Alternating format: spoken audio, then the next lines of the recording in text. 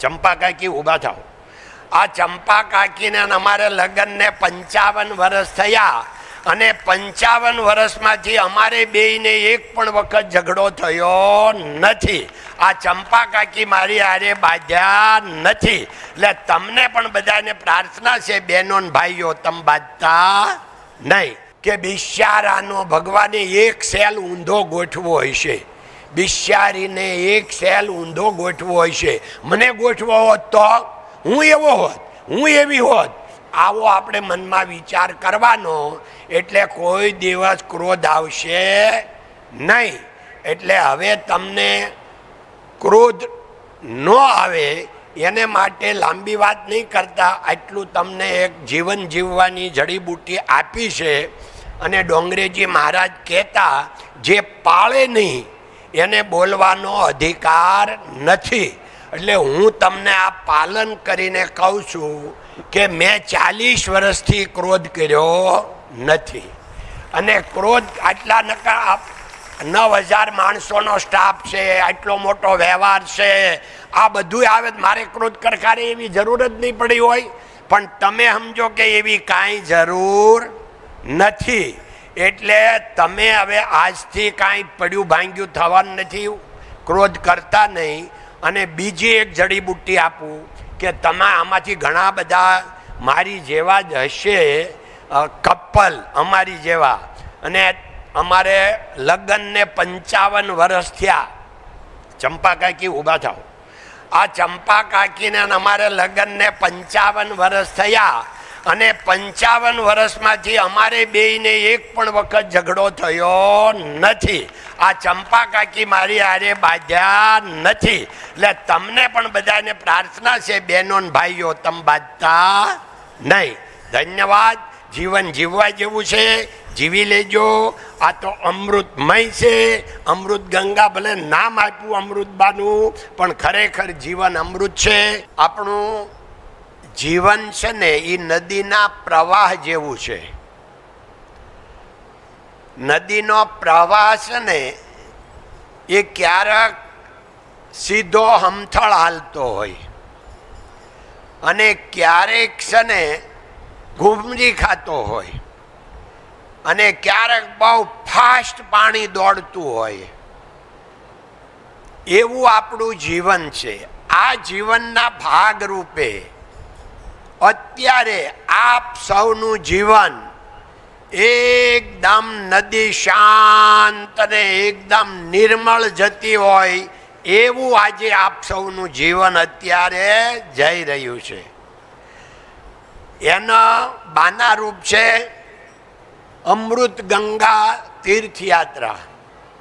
આપ સૌ ગંગા મૈયાને કિનારે તો આવ્યા છો, પણ અમૃત ગંગા લઈને આવ્યા છો, અમૃત ગંગામાં ડૂબકી ખાઈને આવ્યા છો.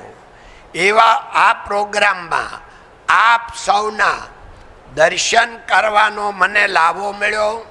આપ સૌના હૃદયમાં બિરાજમાન એવા પરમાત્માને પ્રાર્થના.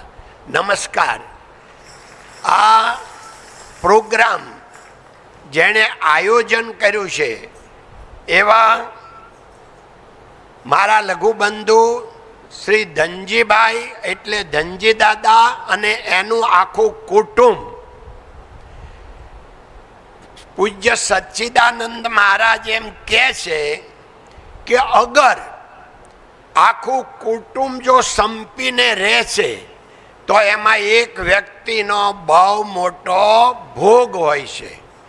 અગર એક આખું ગામ સંપીને રહેશે તો પણ એમાં એક વ્યક્તિનો બહુ મોટો ભોગ હોય છે. અને એક આખું રાજ્ય કે આખો દેશ જો સંપીને રહેતો હોય તો એમાં પણ એક વ્યક્તિનો બહુ મોટો ભોગ હોય છે. એવા આ ધનજી દાદા પરિવારમાં જે આખા કુટુંબને આખા સમાજને એક તાતણે બાંધીને રાખે છે એવા માનની શ્રી સૌજીભાઈ અને એના સૌ લઘુબંધુઓ, સ્ટેજ ઉપર બિરાજમાન સૌ વિશિષ્ટ મહાનુભાવો અને સૌ મહેમાનો પધાર્યા છે. એ સૌ મહેમાનો આપણે વિચાર્યું કે આપણે અહીંયા બધા કેમ છીએ, તો સૌથી પહેલા આવે છે કે જેહના ભાગ્યમાં જે સમયે જે લખ્યું તે ને તે સમયે તે જ પહોંચે. આ તમારા આપણા સૌના ભાગ્યમાં લખ્યું જ તું કે આજે ગંગા સ્નાન કરવાનું, ગંગા દર્શન કરવાના અને અહીંયા ગંગાના સાનિધ્યમાં રહેવાનું. પણ એમાં ઈશ્વર યોજના બનાવે, એમાં યશ અને અપયશ અપાવે. એટલે આ જશ અપાવ્યો આમને કોને? હરિકૃષ્ણ ગ્રુપને, કે એના થકી આપણે અહીંયા બધા આવ્યા છીએ. આ પ્રોગ્રામ યુનિક છે. યુનિકનો મિનિંગ શું? યુનિક એટલે ક્યાંય ન બન્યું હોય અને પહેલું બને અથવા એકમાત્ર બને એને યુનિક કહેવાય. આવો પ્રોગ્રામ કોકના છોકરાના મા બાપને લાવવાના અને પોતાના મા બાપને જેમ શ્રવણે સેવા કરી એવી પાછી સેવા કરવાની અને એવી સેવા પાછી આખા ઘરે કરવાની અને એને માટે સ્પેશિયલ શ્રવણની પાછી આખી ચેનલ બનાવવાની. જો આપણે કથા આપણા શાસ્ત્રમાં બધાએ શ્રવણની કથા સાંભળી છે, શ્રવણની કથા જાણી છે. એમાં એક શ્રવણ હતો અને આ સૌજીભાઈને એના કુટુંબના પ્રતાપે આજે અહીંયા 54 શ્રવણ બેઠા છે અને 54ની સામે પાછા આનું આખું કુટુંબ એટલે બીજા 54. 1 ને 8 અહીંયા બેઠા છે શ્રવણ. આ એટલે યુનિક છે. આ જ્યારે કદી બન્યું નથી અને આજ પછી બને તો ખબર નથી. આજ સુધી જેને યુનિક કહેવાય એવો આ યુનિક પ્રોગ્રામ છે અને આ યુનિક પ્રોગ્રામના સાક્ષી બનવાનો આપણને સૌને લાભ મળ્યો છે. એટલે આ લાભ પણ અલૌકિક છે. મારા મનમાં કાલ સાંજે વિચાર આવ્યો કે આ હરિકૃષ્ણ પરિવાર છે એ આ બધા જેટલા મિત્રો, વડીલ મિત્રો આવ્યા છે એના ખરેખર અન્નદાતા કહેવાય. કારણ કે આપણે જ્યાંથી આપણી સંપત્તિ આવતી હોય, જેનાથી આપણા આખા કુટુંબનું ભરણ પોષણ થતું હોય એ અન્નદાતા કહેવાય. તો આપના દીકરા જ્યાં કામ કરે છે, જ્યાંથી સંપત્તિ આવે છે એ ભાઈ સાત્વિક આવે છે એટલે આપણા વિચારો સાત્વિક બને છે. એવા અન્નદાતા વડીલ જે પગે લાગવા યોગ એ આપણી સેવા કરે, આપણને પગે લાગે, આપણા પગ ધોવે. આ દુનિયામાં આપણે શાસ્ત્રમાં તમે કોઈ વાંચ્યું હોય તો ખબર નથી, મેં ક્યાંય આજ સુધી વાંચ્યું નથી કે કોઈ અન્નદાતા આ રીતે એના દીકરાઓના, એના કર્મચારીના મા બાપ અને પાછા સાસુ સસરા. આમાં હાહુ હારા કેટલા છે? ઊભા થાવ તો મારે દર્શન કરવા છે. જેટલા સાસુ સસરા આવ્યા હોય ને એટલા ઊભા થાવ. વાહ વાહ વાહ, તમારે ધન્યવાદ છે દીકરીને તમારા જમાઈને. જમાઈ માટે ખાસ તાલી બજાવો કે જેણે અહીંયા પહોંચાડ્યા છે. પ્રણામ. મા બાપને તો પ્રણામ, પણ આ સાસુ સસરાને ખાસ પ્રણામ. કોઈ પણ માણસ પૈસા હોય, સંપત્તિ તો ખર્ચી શકે, પણ આવું આયોજન આ કાંઈ એકાર આપી દીધા, ભાઈ 100 કરોડ આપી દીધા, હાલો આ પ્રોગ્રામ બનાવી નાખો, એમ બને? ત્યારે આ સૌજીભાઈના અને એના આખા કુટુંબના સમયની કિંમત શું? આ 15 દી સુધી અહીંયા આપણી હારે રહ્યા. હવે એ 15 દી એને આટલું જ ધંધામાં ધ્યાન રાખ્યું હોત તો કેટલી સંપત્તિ વધારે એકઠી કરત? ખાલી કલ્પના કરો. એટલે આ જે ભાવ છે, આ જે વિચાર છે એટલે યુનિક છે. મેં અહીંયા વાત સાંભળી કે તમને બધાને પાછો લાભ તો આપ્યો. કાલે ભાઈએ વાત કરી હતી એમ કે પગ ચંપી થાય, મસાજ થાય, એ તો ઠીક, પણ તમને પોતાને પાછો રોટલા ઘડવાનો લાભ મળે. અને આ બહુ મહત્વનું હોય છે કે અહીંયા જ્યારે ઘરે રોટલા ઘડવા પડ્યા હોય ને તો આ લાવે, અહીંયા મજા આવે. એટલે આ જે તમે આનંદ લીધો છે એ આનંદ જ બહુ મહત્વનો છે. અને સૌથી વધારે કે સૌજીભાઈએ એક કામ તો કરાવ્યું જ હશે કે તમને બેયને ભેટાવ્યા હશે, પતિ પત્નીને હગી કરાવી હશે.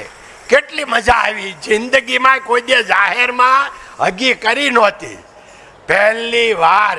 એનો આનંદ અલૌકિક છે. બધી વસ્તુ અહીંયા ટૂંકમાં અલૌકિક બને. એટલે મેં પહેલાં કીધું એમ પગ ધોવાનું કોઈ દે, તમારા ઘણા આમાં ભાગ્યશાળી એવા માતા પિતા હશે કે જે દરરોજ એના દીકરો વહુ એના પગે લાગતા હોય, પણ બધાય નહીં હોય. તો અહીંયા આ જ્યારે બધાય આ પગ ધોવે ને પગે લાગે તો કેટલો આનંદ થાય.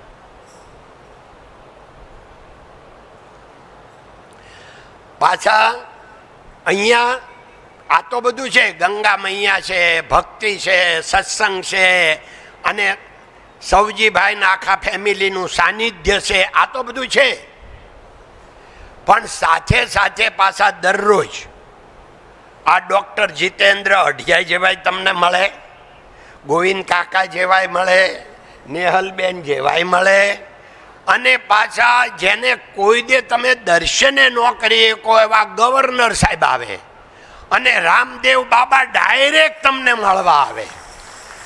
આ બધી જે એક વસ્તુ નહીં, અનેક વસ્તુ આવી છે કે જેનો લાભાલાભ લાભ લાભ લાભ.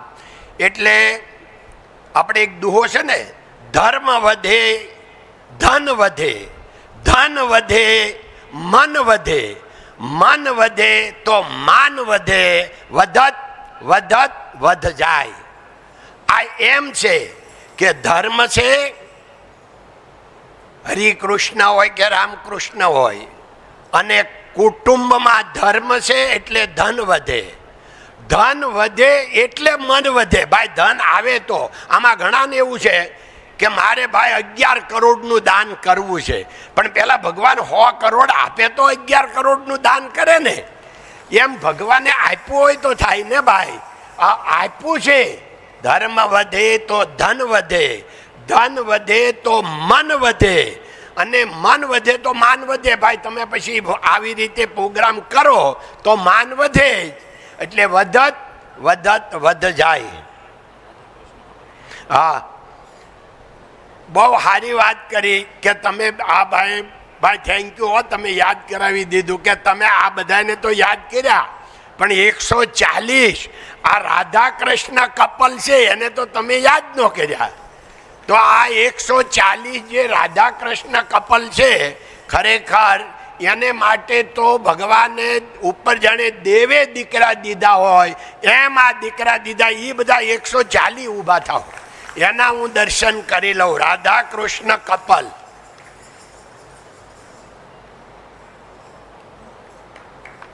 વાહ વાહ વાહ, ધન્યવાદ ધન્યવાદ, ખૂબ અભિનંદન, પ્રણામ.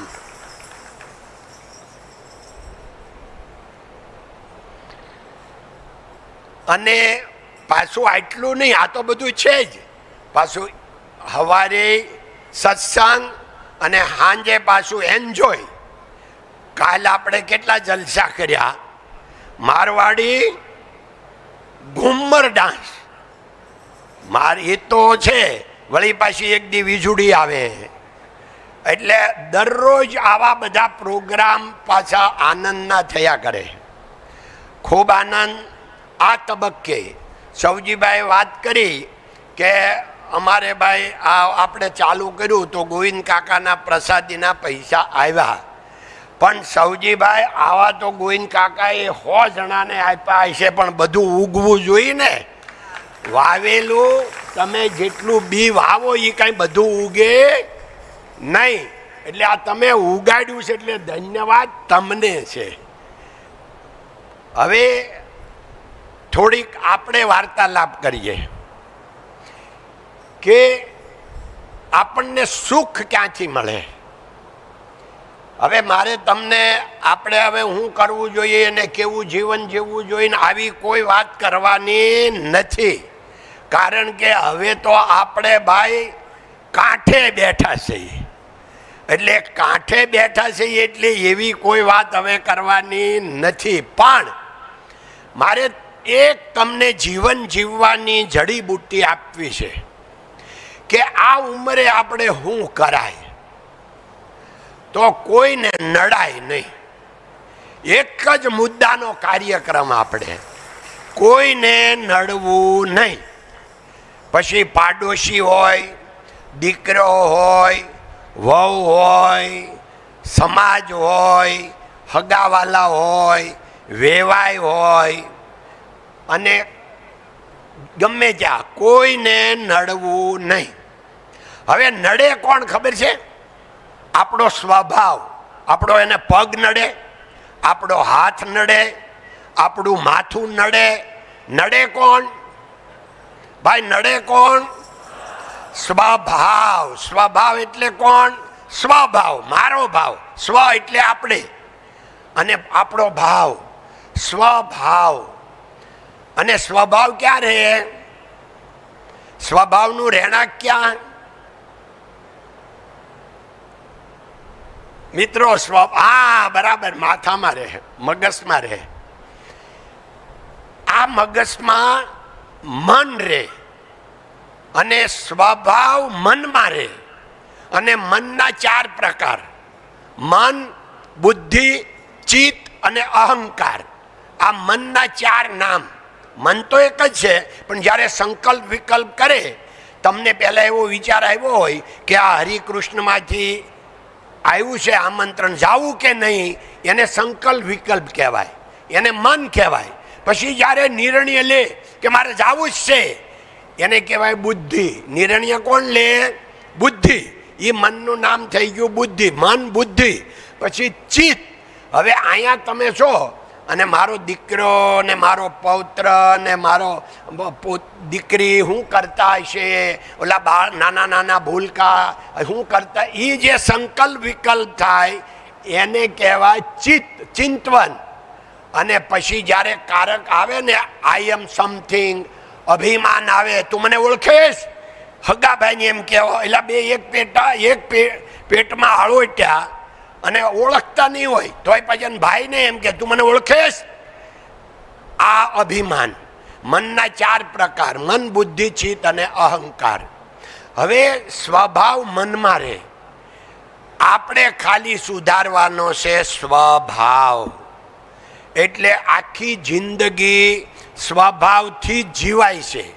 ઘણા એમ કે ઓલા કેશુ દાદા બહુ હારા, કાનજી દાદા બહુ હારા, પણ ઓલા સૌજી દાદા જરા વહમાં, તો એ હેનું નામ લે? આ સૌજી દાદા નહીં, આ કાકા છે. તો હેનું નામ લે? એના સ્વભાવનું. જેનો સ્વભાવ સારો હોય એને લોકો હારા કે, જેનો સ્વભાવ ખરાબ હોય એને ખરાબ કે. કાંઈ હાથને ખરાબ કે, પગને ખરાબ કે, હેને ખરાબ કે? સ્વભાવને. એટલે આપણે આપણા સ્વભાવને ઓળખવાનો. હું કોણ છું? આપણા હિન્દુ ધર્મનું શાસ્ત્ર વેદ છે. વેદમાં પહેલો શબ્દ છે કોહમ, હું કોણ છું, અને છેલ્લો શબ્દ છે સોહમ, હું ઈ જ છું. એટલે આટલું જો સમજાઈ જાય તો આખો વેદ અને આખો આપણો હિન્દુ ધર્મ આવી જાય. કોહમ ને સોહમ. એટલે આપણે આપણને ઓળખવાના છે. આપણે પારકી પંચાયત બહુ કરીએ, પણ આપણને નથી ઓળખતા કે હું કોણ છું, હું કેવો છું, હું કેટલો નડું છું. અને બધાને એમ જ હોય, આપણે સારું કાંઈ પણ કામ કરીએ ને ઘરમાં તો બધાને એમ થાય કે મેં કર્યું. એ ખરાબ ગાય તો બધા બીજાના જ નામ આપે. ભાઈ આને આમ કર્યું, ઓલો અહીં હાલ્યો એટલે આમ થયું, બીજાના બાના આપે. હવે આજથી ગંગા મૈયાને, અને આજ પાછી નિમી 11, આજથી નિયમ લેવાનું કે હું કદી પણ કોઈને ઉપર ક્રોધ નહીં કરું. ક્રોધ ઉપર મારું 20 મિનિટનું એક સેમિનાર છે. હવે એ હું યુવાનોમાં કરાવું છું, કોલેજનોમાં કરાવું છું, કારણ કે એને આખી જિંદગી જીવવાની છે બાકી. એટલે આપણે એ ટાઈમ અહીંયા છે નહીં, તો એ અભિયાન તો હું તમને નહીં કરાવું. પણ એક લાઈન આપી દઉં કે જ્યાં ક્રોધ કોને આવે? જે વસ્તુ બની જાય ને એની ઉપર આવે. જે વસ્તુ બનવાની બાકી હોય એની ઉપર કોઈ દે ક્રોધ આવે નહીં. હવે બની ગઈ વસ્તુ એને ભગવાન આવે તોય ફેરવી એ કે નહીં. એટલે આપણે હાવ ક્રોધ ખોટો કરીએ છીએ. સામેવાળો આપણને કાંક કે ને તો એની ઉપર દાજ નહીં કરવાની, દયા ખાવાની. કે માનો આ મગજમાં આપણો સ્વભાવ રહે, મન રહે, ત્યાંથી જ આપણે આ બધું હાલે છે. તો એમાં કરોડો ને કરોડો બધા સેલ ભેગા કરેલા ભગવાને. હવે એ સેલ ભગવાને બનાવ્યા છે, આપણે બનાવ્યા નથી. હવે આપણી હારે કોક તમારી સામે આવી જાય અને કોક આડી આડી વાત કરે તો તમારે એની ઉપર દાજ નહીં કરવાની, દયા ખાવાની. કે બિચારાને કે બિચારીને એક સેલ ભગવાને આડો ગોઠવી દીધો છે ને એટલે આડું આડું બોલે છે, એમાં એનો શું વાંક? અને કોક ઉલટું બોલે. ઓલા મોરારી બાપુ કહે ને એમ કે આપણે ગામડામાં જઈએ ને પછી દાદા સોરે બેઠા હોય ને કહીને દાદા બેઠા છો ને તો ઊભો થઈ જાઓ. એટલે ભાઈ ઊભું નથી થવું, એને કહેવાય ઊંધું બોલે. તો આપણી હારે કોઈ ઊંધો વ્યવહાર કરે ને તો એની દયા ખાવાની. મને અહીંયા બોલાવી, આટલું બધું આ બધા ભત્રીજાન ભાઈ માન સન્માન આપ્યું અને આપ સૌએ મને આટલો બધો સહન કર્યો એ બદલ આપ સૌનો ખૂબ ખૂબ આભાર, ધન્યવાદ. જય હિન્દ, જય ભારત, નમસ્તે.